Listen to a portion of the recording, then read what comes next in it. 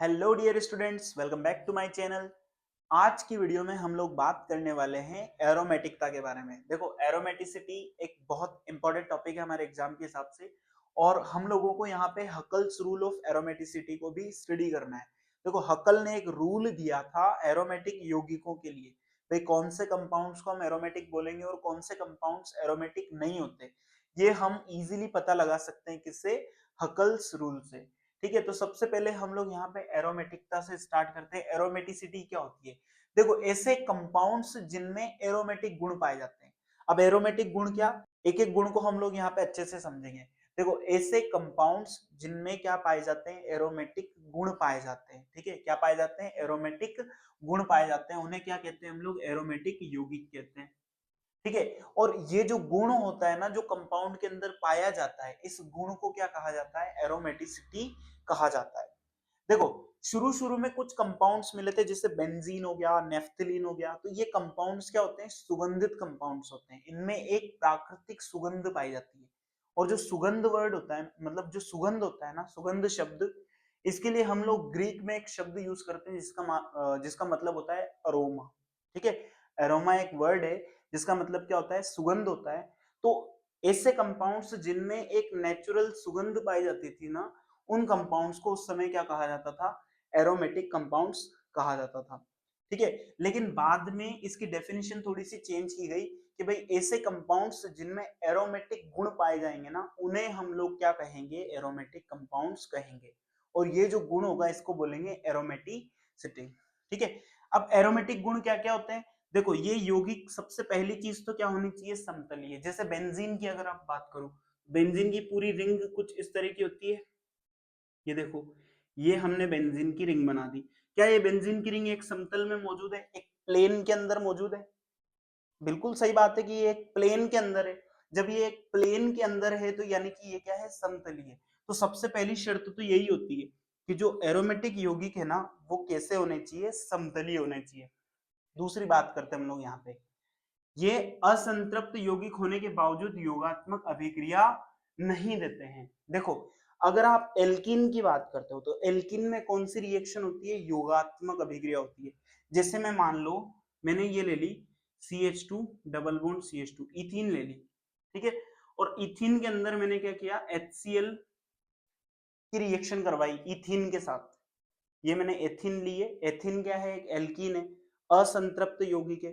तो इसके साथ मैंने HCl की रिएक्शन करवाई। तो ये क्या करेगा? यहाँ पे जो H है वो तो इस कार्बन से जुड़ जाएगा, यानी कि CH3, और जो Cl है वो इस कार्बन से जुड़ जाएगा, यानी कि CH2Cl। यानी कि क्या बन जाएगा? Ethyl chloride. तो यहाँ पे क्या हुआ है? क्लोरीन और हाइड्रोजन का इस एथिन पे योग हुआ है। क्या हुआ है? योग। यानी कि ये क्या देगा? योगात्मक अभिक्रिया। अब देखो, यहाँ असंतृप्त बंध है और इसने तो क्या दे दी? योगात्मक अभिक्रिया। लेकिन बेंजीन में क्या है? असंतृप्त बंध होने के बावजूद, असंतृप्त यौगिक या असंतृप्त बंध होने के बावजूद ये योगात्मक अभिक्रिया नहीं देते हैं। ये देते हैं इलेक्ट्रॉन स्नेही प्रतिस्थापन अभिक्रिया। क्या होती है इलेक्ट्रॉन स्नेही प्रतिस्थापन? आगे हम लोग डिटेल से डिस्कस करेंगे कि इलेक्ट्रॉन स्नेही प्रतिस्थापन अभिक्रिया क्या होती है। मैंने आपको इतना समझाया कि योगात्मक अभिक्रिया ये नहीं देते हैं।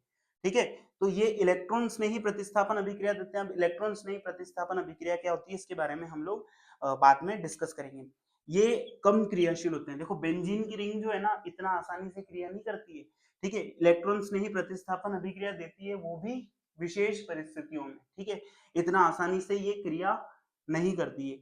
ये हकल के नियम का पालन करते हैं। अब हकल का नियम क्या होता है? हकल का नियम अभी अपन यहाँ पे अच्छे से डिस्कस करते हैं। देखो, इनके एग्जांपल्स क्या है? बेंजीन हो गया, नेफ्थलीन हो गया। ये तो बेंजीन है। अगर आपने बेंजीन के साथ में यहाँ पे एक रिंग और जोड़ दी इस तरह से, ठीक है, इस तरह से एक रिंग और जोड़ दी, तो अब ये किस में कन्वर्ट हो गया? बेंजीन से नेफ्थलीन में कन्वर्ट हो गया। आई थिंक आपको यहाँ पे एरोमेटिकता तो अच्छे से समझ में आ गई होगी। अब अपन पढ़ते हैं यहाँ पे हकल के नियम के बारे में। ये जो चार पांच यहाँ पे मैंने पॉइंट लिखे हुए हैं ना, ये पॉइंट क्या है? एरोमेटिक गुण। नेक्स्ट टॉपिक हम लोग यहाँ पे पढ़ने वाले हैं एरोमेटिकता के लिए हकल का नियम। देखो, हकल ने एक रूल दिया था, जिस रूल के थ्रू आप ये चेक कर सकते हो कि कोई भी कंपाउंड एरोमेटिक होगा या नहीं होगा। इसके कुछ पोस्टुलेट्स हैं, कुछ पॉइंट्स हैं जो हमें यहाँ पे याद रखने चाहिए। देखो, हकल का नियम, सबसे पहला पॉइंट क्या है कि यौगिक क्या होना चाहिए हमारा, समतल यानी कि प्लेनर होना चाहिए। आप यहाँ पे लिखे हुए सारे कंपाउंड्स को देखो, ये बेंजीन है, ये नेफ्थलीन है, ये एंथ्रासीन है, ये फ्यूरेन है, ये पिरिडीन है और ये पायरीन है। ठीक है, आप इनमें से किसी भी स्ट्रक्चर को देखो, सारे एक प्लेन के अंदर है, सारे स्ट्रक्चर्स क्या है यहाँ पे, प्लेनर है। यौगिक क्या होना चाहिए, चक्रीय होना चाहिए, सब में रिंग बनी हुई है, सबके अंदर अगर अपन देखें तो सबके अंदर क्या है, रिंग मौजूद है, यानी कि सारे के सारे क्या है यहाँ पे, साइक्लिक है। तीसरा पॉइंट क्या याद रखना है, रिंग यानी कि वलय में 4n+2 पाई इलेक्ट्रॉन होने चाहिए। अब भाई यहाँ पे बात आती है कि पाई इलेक्ट्रॉन कौन से होंगे, तो देखो अगर आपको कोई डबल बॉन्ड नजर आ रहा है, डबल बॉन्ड, ठीक है, डबल बॉन्ड या लेट से आपको कोई ट्रिपल बॉन्ड नजर आ रहा है, डबल या ट्रिपल बॉन्ड, ठीक है, तो उसके जो इलेक्ट्रॉन्स होंगे उनको आपको किस में काउंट करना है, पाई इलेक्ट्रॉन में। आपको कोई लोन पेयर नजर आ रहा है, क्या नजर आ रहा है, लोन पेयर यानी कि एकाकी इलेक्ट्रॉन युग्म, तो आपको उसके इलेक्ट्रॉनों को भी किस में काउंट करना है, पाई इलेक्ट्रॉनों में। आपको कोई नेगेटिव चार्ज नजर आ रहा है, क्या नजर आ रहा है, नेगेटिव चार्ज, तो नेगेटिव चार्ज के इलेक्ट्रॉन्स को भी आपको किस में काउंट करना है, पाई इलेक्ट्रॉन। ठीक है, तो वलय में यानी कि चक्रीय जो हमारे यहाँ पे रिंग बनी है ना, जो साइकिल बना है, उसमें कितने इलेक्ट्रॉन होने चाहिए, 4n+2 पाई इलेक्ट्रॉन होने चाहिए। फिर उसके अंदर चक्रीय अनुनाद भी पाया जाना चाहिए। इसका मतलब क्या है, चक्रीय अनुनाद का मतलब कि जो हमारे डबल बॉन्ड्स हैं या जो भी हमारे पाई इलेक्ट्रॉन्स हैं ना, वो अल्टरनेट आने चाहिए, यानी कि एक डबल बॉन्ड आ गया, फिर एक सिंगल बॉन्ड, फिर एक डबल बॉन्ड, फिर एक सिंगल बॉन्ड, फिर एक डबल बॉन्ड, फिर एक सिंगल बॉन्ड। इस तरह से यहाँ पे क्या होना चाहिए, चक्रीय अनुनाद, साइक्लिक कॉन्जुगेशन पाया जाना चाहिए। तो हमारा जो यौगिक होगा ना, उसे हम लोग क्या बोल सकते हैं कि वो क्या है, एक एरोमेटिक यौगिक है। ठीक है, कोई भी यौगिक एरोमेटिक यौगिक है या नहीं है, इसके लिए हकल ने एक रूल दिया था जिसे हम लोग बोलते हैं एरोमेटिकता के लिए हकल का नियम। यहाँ कुछ पॉइंट्स हैं जो आपको याद रखने हैं, अब हम इनके अंदर चेक करते हैं। पहला पॉइंट, यौगिक समतलीय होना चाहिए, बिल्कुल बेंजीन में होता है, पूरी बेंजीन क्या होती है, एक समतल वलय होती है। यौगिक चक्रीय होना चाहिए, बिल्कुल साइक्लिक रिंग बनी हुई है इसके अंदर, ठीक है, यौगिक में रिंग मौजूद होनी चाहिए कुल मिला के, तो यहाँ पे क्या है, साइक्लिक रिंग है, बिल्कुल है। रिंग या वलय में 4n+2 पाई इलेक्ट्रॉन्स होने चाहिए, इसमें काउंट करते हैं, देखो एक बॉन्ड में कितने इलेक्ट्रॉन होते हैं, 2 इलेक्ट्रॉन होते हैं, एक बॉन्ड मतलब 2 इलेक्ट्रॉन, यहाँ पे एक पाई बॉन्ड है तो 2 इलेक्ट्रॉन तो ये हो गए, फिर 2 ये और 2 ये, यानी कि टोटल कितने इलेक्ट्रॉन हो गए, 6, है ना। 3 पाई बॉन्ड यानी कि 6 पाई इलेक्ट्रॉन, कितने, 6 पाई इलेक्ट्रॉन। क्या आप इन 6 पाई इलेक्ट्रॉन को इस तरीके से लिख सकते हो, 4 × 1+2, यानी कि 4n+2, n की जगह कितना आ गया, 1 आ गया। इसका मतलब तीसरा पॉइंट भी यहाँ पे लागू हो रहा है। चौथी चीज देख लेते हैं, यहाँ पे चक्रीय अनुनाद होना चाहिए, यानी कि पहले डबल बॉन्ड, फिर सिंगल बॉन्ड, फिर डबल बॉन्ड, फिर सिंगल बॉन्ड, फिर डबल बॉन्ड, फिर सिंगल बॉन्ड, फिर डबल बॉन्ड, फिर सिंगल बॉन्ड, यानी कि यहाँ पे साइक्लिक कॉन्जुगेशन मौजूद है। साइक्लिक कॉन्जुगेशन का मतलब अल्टरनेट पोजीशन पे क्या आने चाहिए, डबल बॉन्ड आने चाहिए। डबल बॉन्ड आ जाए या लोन पेयर आ जाए तो भी चलेगा, लेकिन अल्टरनेट पोजीशन पे आना चाहिए। ठीक है, तो यहाँ पे चारों कंडीशंस लागू हो रही है हकल्स रूल की। इसका मतलब बेंजीन क्या है, एक एरोमेटिक कंपाउंड होता है।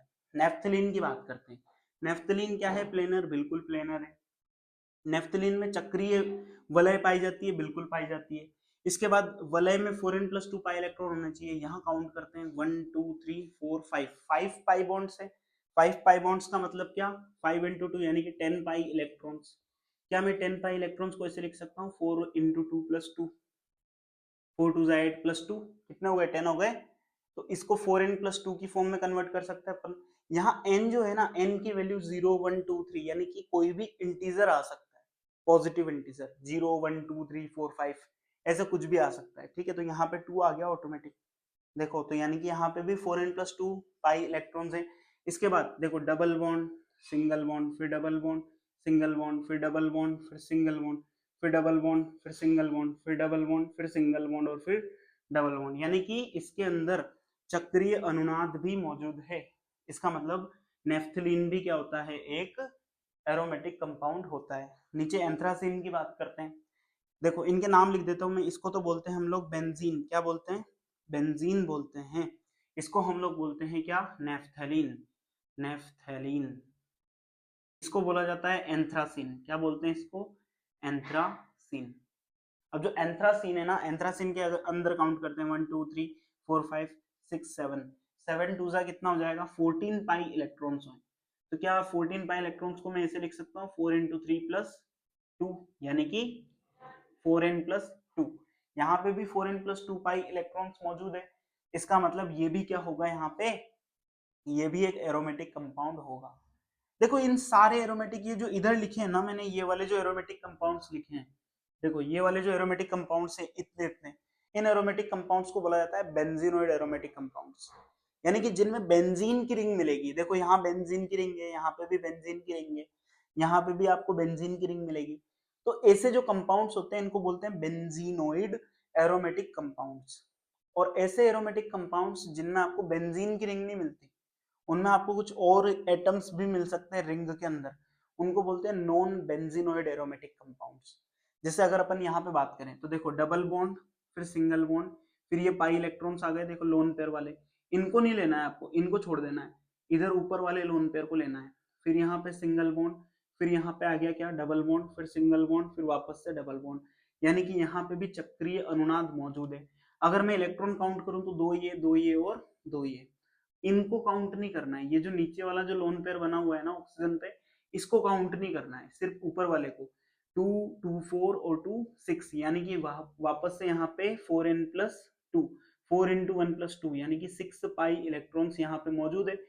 एक साइक्लिक रिंग भी बन रही है, अल्टरनेट पाई बॉन्ड्स या लोन पेयर भी मौजूद है। उसके अलावा यहाँ पे 6 पाई इलेक्ट्रॉन्स भी मौजूद है, यौगिक हमारा समतलीय भी है, यानी कि ये भी क्या है हमारा यहाँ पे एरोमेटिक कंपाउंड है। बस फर्क सिर्फ इतना सा है कि ये जो है ना, ये बेंजीनोइड है, यानी कि इनमें बेंजीन की रिंग है, उनमें बेंजीन की रिंग नहीं है। इसको देखते हैं, double bond, single bond, double bond, फिर सिंगल बॉन्ड, फिर डबल बॉन्ड, फिर सिंगल बॉन्ड, फिर डबल बॉन्ड। अब देखो यहाँ ये लोन पेयर पार्टिसिपेट नहीं करेगा, जो इसमें साइक्लिक कॉन्जुगेशन होगा ना भाई, यहाँ पे अनुनाद पाया जाएगा, यानी कि ये डबल बॉन्ड क्या करेंगे, इस रिंग के अंदर चक्कर लगाएंगे।